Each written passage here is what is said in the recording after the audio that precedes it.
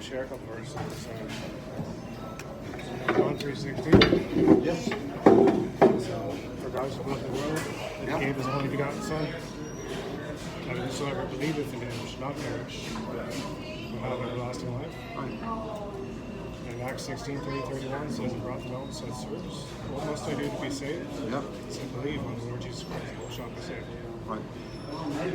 Ephesians 2:8 says, excuse me, "For by grace are you saved through faith, and not of yourselves, it is the gift of God, not of works, as any man boast."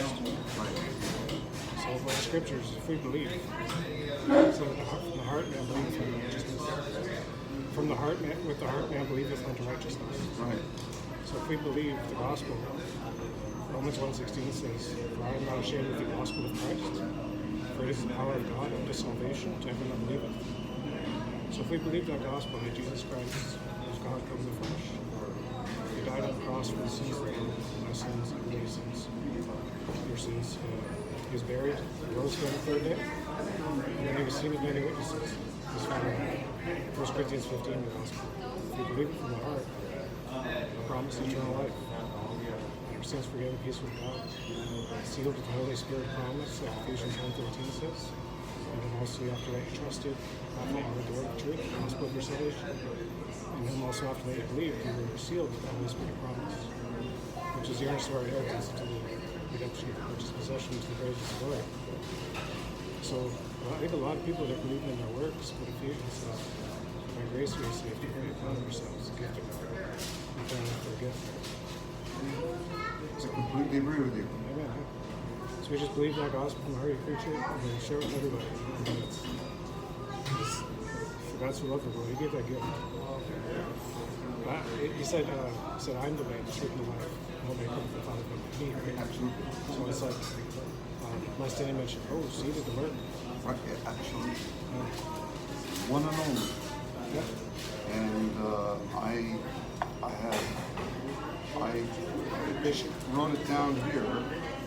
Grace alone, faith alone, Christ alone.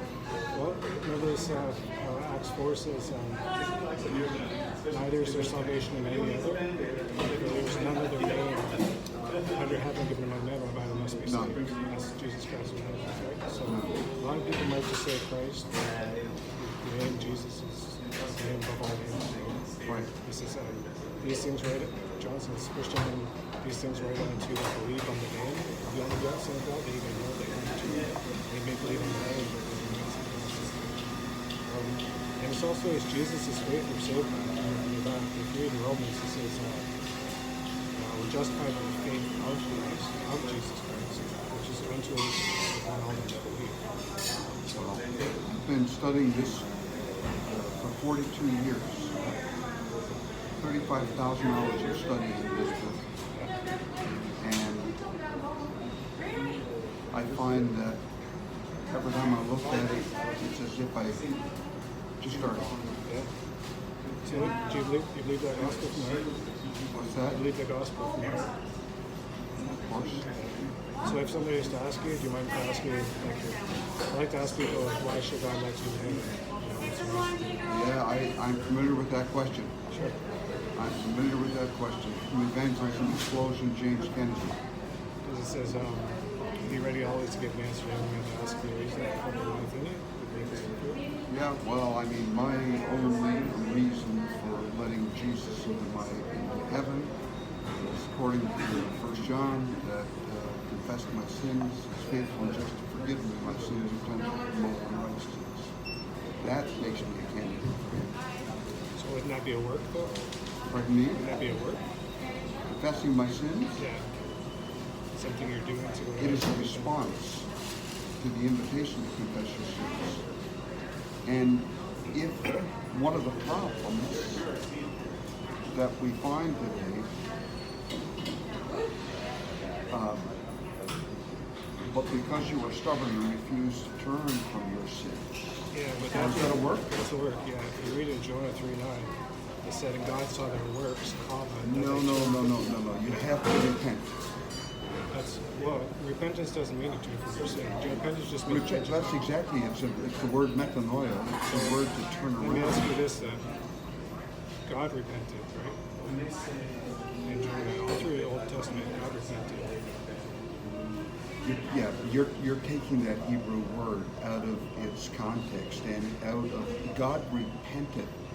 I'm saying the word necessarily doesn't mean turn from sin. It just means to change your mind. Well, it's more than changing your mind. It's deeper than that. You have to abandon your sinful ways. And what shall we say then? Shall a man go on sinning? God forbid. How shall we? How shall we? So you're not going to go on with your former lifestyle. You're going to become repentant of it. A Christian for me is not one who had a moment back there 50 years ago and repented. A Christian for me is a one who has a repenting heart. A heart that remains repentant before God. It's not that I'll never sin again. You sin in the flesh, right? The flesh is... But it is that my heart, I'll tell you what it's like. It's like a reflex in your knee. If I go to my doctor and he taps my knee is going to do that every single time. When I sin, the reflex of my heart is one of repentance. Yeah, it's for the believer, right? Repentance for the believer. Right. I would say it's not part of his salvation. It's not part of the gospel. It'd be a work you're doing.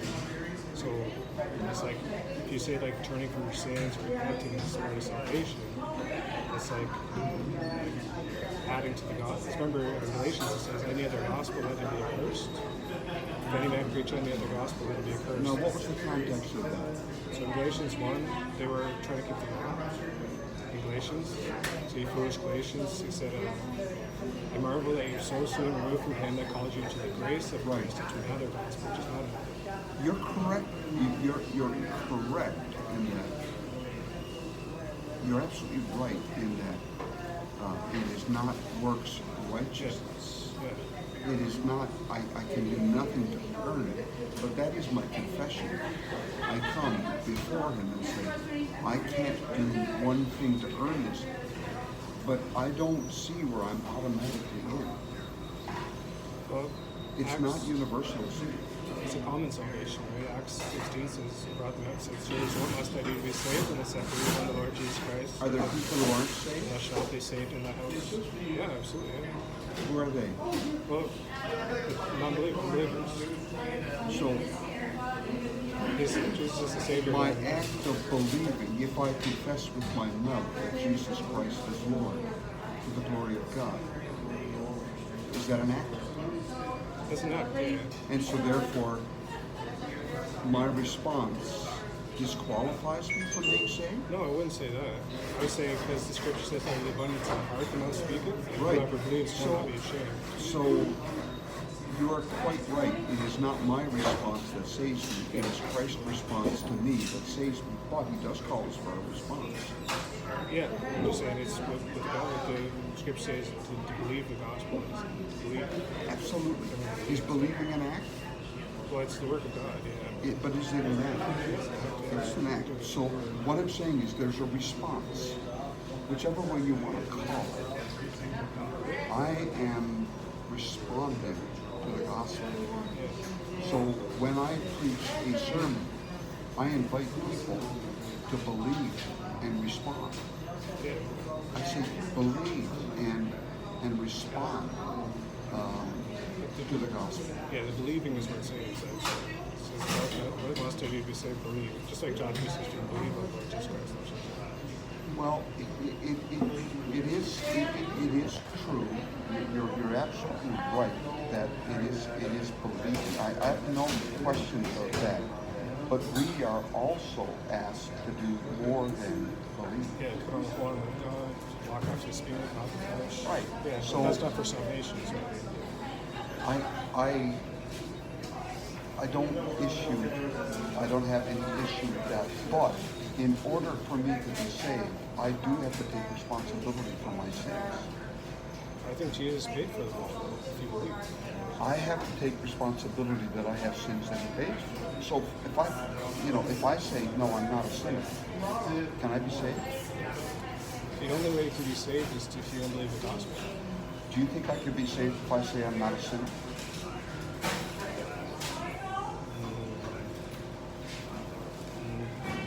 Maybe you don't know the doctrine is what Do it you is. think I can be saved if I say I'm not a sinner?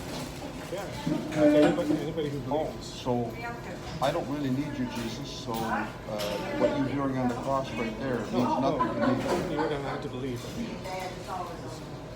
Do you think I can be saved if I believe I'm not a sinner? Well, you got the gospel is Jesus died for your sins. So that's, What if I'm not a sinner? If I say, oh, I didn't need you. you're not believing the gospel, right? Right. So I have to take responsibility for my sins as part of my belief in the gospel. I said no. Yeah, I Yes. did it here. I said, I didn't know. Like if you read in Romans, right, it says, how shall they call on him who have not believed? How shall they believe in him who have not heard? How shall they hear from the preacher? How shall the preacher except what he said? Do you know one of the things that is happening in the church today, inside church buildings or inside religious buildings, is people are coming today that I appreciate this conversation. So I'm listening. pardon me? So I appreciate this conversation, which I actually listen Oh, to. me too. One of the things that I'm finding is that people are seeing the gospel as a yield sign rather than a stop sign. They're coming and saying, all I want to be is affirmed. They're not coming for confession. They're not feeling any need for confession. They're coming to say, I want to be confirmed and affirmed in who I am and in my living today. And I want to add Jesus, and I don't want to change one thing. Yeah. That's not salvation. That's not transformation. Be transformed by the renewing of your mind. Romans 12, yeah. The gospel starts at the cross, but it doesn't end there. Well, where do we find the gospel in Scripture, though? The specific gospel Paul preached. Oh, the gospel, if you're talking about only what happens in the minute of salvation, The one way that we preach, though. the one that I preach is the gospel. It's not quite lordship salvation. I don't necessarily believe that the minute I become saved, I am in that moment. I believe that 4 miracles of the Holy Spirit happen for me to be saved. 1, he will convict me of my sins.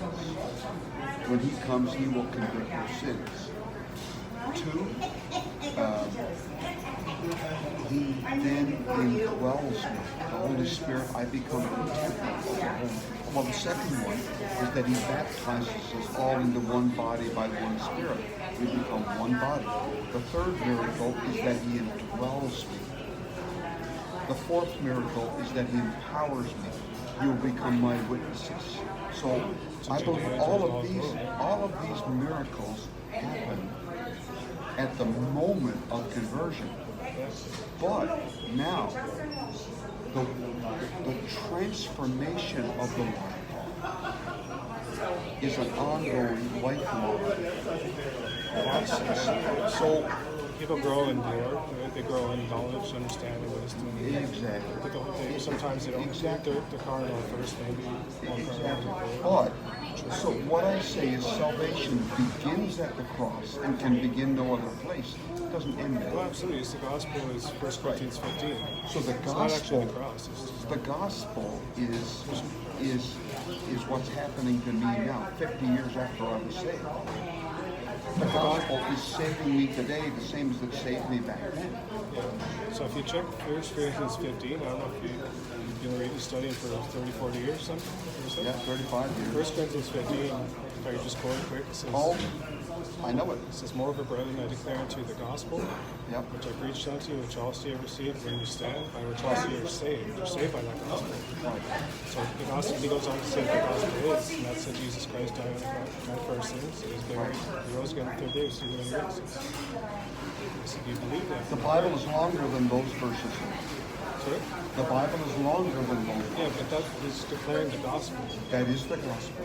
I have no issue. So that's what I confess. If somebody says, why should I go to heaven? Because I heard that gospel, and I believed it from the heart. I believe Jesus paid for this sin. But when you have If you add to that and take away, but the word belief and the word faith, pistis in the New Testament, has a visceral. It's not a mental assent, no, it's from the heart. It's not in your head. and that's why it's transformative. Yeah, you got to believe from the heart. That's Right, what you said. but believing from the heart, Yeah. the gospel, means also believing that I need it. Yeah, I mean, you'll believe that Jesus died for your sins. You understand what sin is. And I understand that nothing that I do saves me. I agree. But I can reject it, which is an action. I can receive it, which is an action. I have to respond. Yeah, you do believe it. Right? Right. And the believing involves believing that I am a sinner. I need a Savior. And then it continues to believe beyond that, where Jesus says, if you're going to follow me, take up your cross. What? You want me to do something now? Yeah, but that's not for your salvation. It is an evidence of my salvation. Yeah, you see the fruit, right? Yeah, fruit in the spirit. Excuse me. Excuse me, I gotta take a phone call. Hello? Hello? Hello? Hello?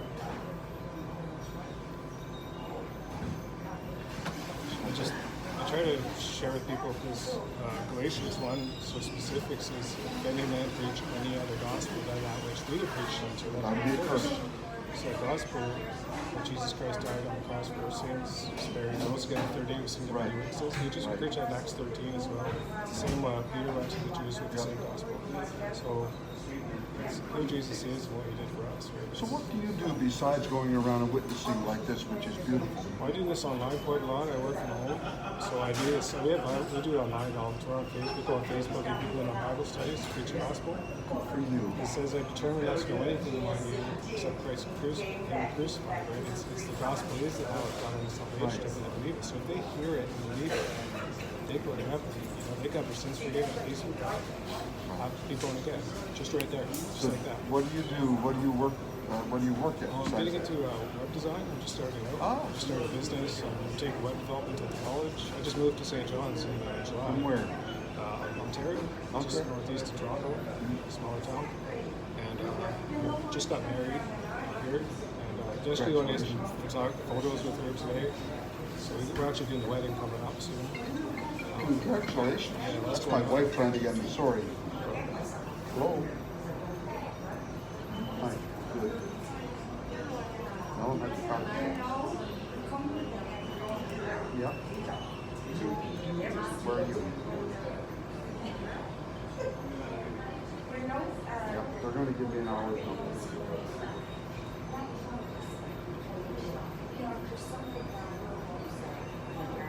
Okay.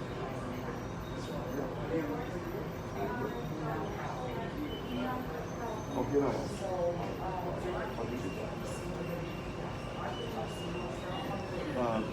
Yeah, I like what you're doing, then. Keep doing it. People need to hear it, right? It says, faith cometh by hearing, and hearing by the word of God. It says, how shall they call on him if they have not believed? How shall they believe on him if they have not heard? How shall they without a preacher? As is written, how beautiful are the feet of those who preach the gospel of peace, faith on tongues and things. As we do, it's, we got a great fellowship all around the world. We meet mostly online, sometimes in person if we meet to each other, but it's a very narrow way. A lot of people are Well, works-based. narrow is the way and few. So, right, so I just want people believing in their works and sending the other gospel and be a curse. So, Yeah, I look at Jonah 3 and God turned, they turned from their evil. God saw their works, that they turned from their evil way. So I see that it's like turning from evil ways. I mean, that's something I'm doing. That's not even me. That's not what Paul preaches to us. I follow Paul's Christ. I admire your capacity to quote scripture. Yeah, it's nice to see. I appreciate your willingness to hear it. And a lot of people that study for years and decades, they never hear it. They just Listen, I've spoken in many parts of the world, and I've been introduced a couple of times as a Bible scholar. And I said to them, I got to correct it. I said, I'm a student. Yeah, it's a study to show yourself approved unto God. Who knows? Who is the Bible scholar? So who's the scribe? Who's the wise one? So like God get you, every man liar, right? I may be scholarly about the paper that the Bible is made of, but I'm certainly a student, and I've enjoyed our interaction this morning. Would you ever want to join a Bible study on a call online? We do like a group video call with the scriptures on the screen, and we just do it online. I don't know if you'd be interested in something like that, or if you're not interested. I'm pretty tied up with my other activities right now, so Okay, no problem. I can't do that. But I have very, very much appreciated you coming over and talking to me today. Yeah, maybe if I see you again, we can try to do it. Oh, absolutely. I'm going to be here. I just live up the road. Cool, yeah. Yeah. Nice All to meet right. you. I'm Michael. I'm Warren Pritchett. Laura? Pleased to meet you. Yeah, good to meet you. Okay.